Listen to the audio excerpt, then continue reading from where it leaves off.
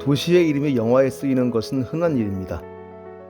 프랑스의 수도 파리가 들어간 영화 제목은 일일이 세기가 귀찮을 정도고 뉴욕 또한 그렇죠. 숫자 한 도시나 지명이 영화 제목으로 바뀌는 경우도 흔합니다. 카사블랑카, 필라델피아, 뮌헨 등등. 한국에도 그런 사례가 있죠. 곡성, 그리고 밀양 등등. 영화 밀양에서 주연 송강호는 밀양을 이렇게 소개합니다. 경기는 엉망이고 한나라당 도시고 부산 가깝고 말씨도 부산 말씨고 인구는 많이 줄었고 사람 사는 동네. 이렇게 별 볼일 없는 것처럼 묘사된 밀양이지만 밀양은 우리 현대사에서 잊을 수 없는 영웅들을 배출한 동네고 걸출한 호걸들의 고향입니다. 일본 제국주의자들이 가장 무서워하고 지긋지긋해했던 이름 의열단은 사실상 밀양 사람들이 주도해서 만든 단체죠. 단장 김원봉이 그랬고 그 중마고우이자 김원봉이 뒤지지 않는 혁명가 윤세주, 고향인 밀양경찰서에 폭탄을 던진 최수봉 등 많은 사람들이 밀양 출신이기 때문입니다. 그 가운데 윤세주의 행적은 그야말로 파란만장합니다. 우선 그 시작은 1911년 4월 김원봉과 함께 벌인 일장기 화장실 투척 사건으로 거슬러 오릅니다. 그때 그의 나이 10살, 9살에 나라를 잃었을 때 대성통곡을 했다는 이 맹랑한 꼬마는 선장절, 즉 일본 천황의 생일 축하를 위해 준비한 일장기를 재래식 변소에 처박아버리는 거사를 감행해서 학교에서 쫓겨납니다. 이후 저항정신 드높은 청년으로 성장한 그는 1919년 3.1운동을 밀양에서 주동한 후 중국으로 건너가죠. 궐석 재판에서 일본 재판부가 그에게 내린 형이 가장 높았을 만큼 그는 요주의 인물에 오른 상태였습니다.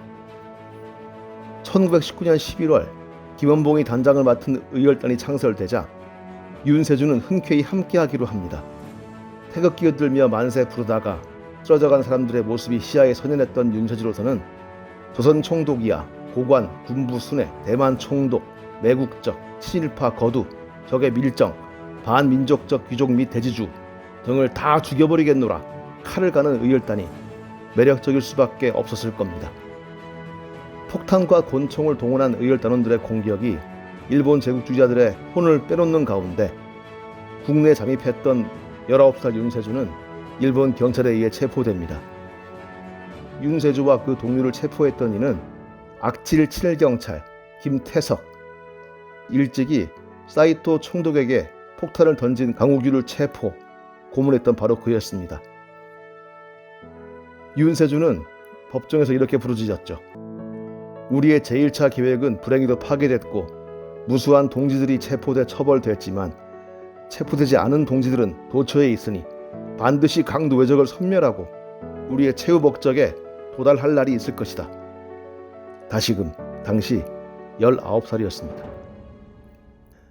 8년간의 옥살이를 한 뒤 고향 밀양에서 사업을 하며 신간의 활동도 벌였지만 합법적이고 체제 내적인 운동은 그의 취향이 아니었습니다. 점차 항일의 기풍을 잃어가던 우익 민족주의자들과 엉기는 것도 갑갑했습니다. 신간회는 끝내 해소됐고 윤세주는 다시 몸을 일으켜 중국 남경으로 향했고 왕년의 의열단 동지들과 재회합니다. 중국에 있던 이들이나 조선에 있던 이들이나 생각은 같았습니다. 의열투쟁, 즉 폭탄을 터뜨린 류의 투쟁만으로는 강도 일본을 몰아낼 수 없다. 필요한 것은 민중의 힘에 의거한 무장투쟁이라는 거였죠. 1932년 윤세주는 그보다 10살 정도 어린 후배들과 함께 조선혁명간부학교에 입교합니다. 이 동기생 가운데 윤세주가 끌어들인 인물이 시인 이육사였습니다. 이윽고 그는 중국에 있던 독립운동 진영 최고의 교관이자 이론가이자 문사이자 지휘관으로 우뚝 섭니다. 이렇게 얘기하다 보면 마치 사자 같은 인상에 열혈 투사가 그려지지만 꼭 그런 것은 아니었던 것 같습니다. 최후의 분대장이란 책을 썼던 김학철은 이렇게 윤세주를 회고하고 있으니까요. 홀쭉한 얼굴, 호리호리한 몸집에 목소리까지도 잔잔해 도무지 용사 같아 보이지 않았다. 나는 윤세주 선생님의 가르침을 받고 또 지지를 받는 몇 해 동안 그분이 역정을 내는 걸 한 번도 못 봤다.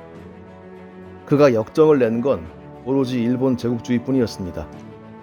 국민당 지역에서의 활동을 주장하던 중마고 김원봉과도 갈라선 윤세주는 북상항일, 즉 화북 지역에 진출해서 중국 공산당군과 함께 항일 전쟁을 치르는 길을 택합니다.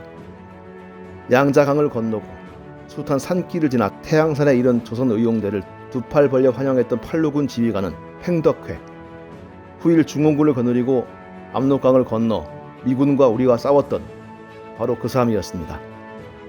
하지만 태양산은 윤세주에게 마지막 무대가 되고 말았습니다. 일본군 사단 병력이 태양산을 공격해 들어왔고 팔로군 총사령부가 포위됩니다. 이때 혈로를 뚫을 역할을 한 것이 조선의용대였습니다. 높은 곳에서 내리쏘는 일본군들을 향해 죽음의 돌격을 감행한 끝에 조선의용대는 고지를 점령하고 퇴로를 열었습니다. 이 퇴로로 팽덕회가 빠져나갔고 오늘의 중국을 이끈 거인 등소평이 목숨을 건졌습니다. 난전 와중에 윤세주는 나이든 국어학자이자 독립운동가인 김두봉과 그 가족들과 함께 은신 중이었습니다. 이때 일본군이 가까이에 몰려와 이곳저곳을 뒤지기 시작하자 윤세주는 자신을 희생시켜 사람들을 살릴 생각을 합니다. 윤세주는 동료와 함께 총을 쏘며 튀어나가 일본군의 시선을 분산시켰고 집중사격을 받아 부상을 당합니다. 다른 동료가 일본군의 추격을 받는 동안 바위 틈 사이에 몸을 숨기는 데에는 성공했지만 이미 그는 치명상을 입고 있었습니다. 이를 악문 동지들이 그를 들것에 싣고 며칠을 행군했지만 그의 출혈이 심했습니다. 그가 마지막으로 입 밖에 낸 소리는 단결해서 적들을 사살하시오 였습니다. 1942년 6월 3일 해방되기 3년 전의 일이었습니다.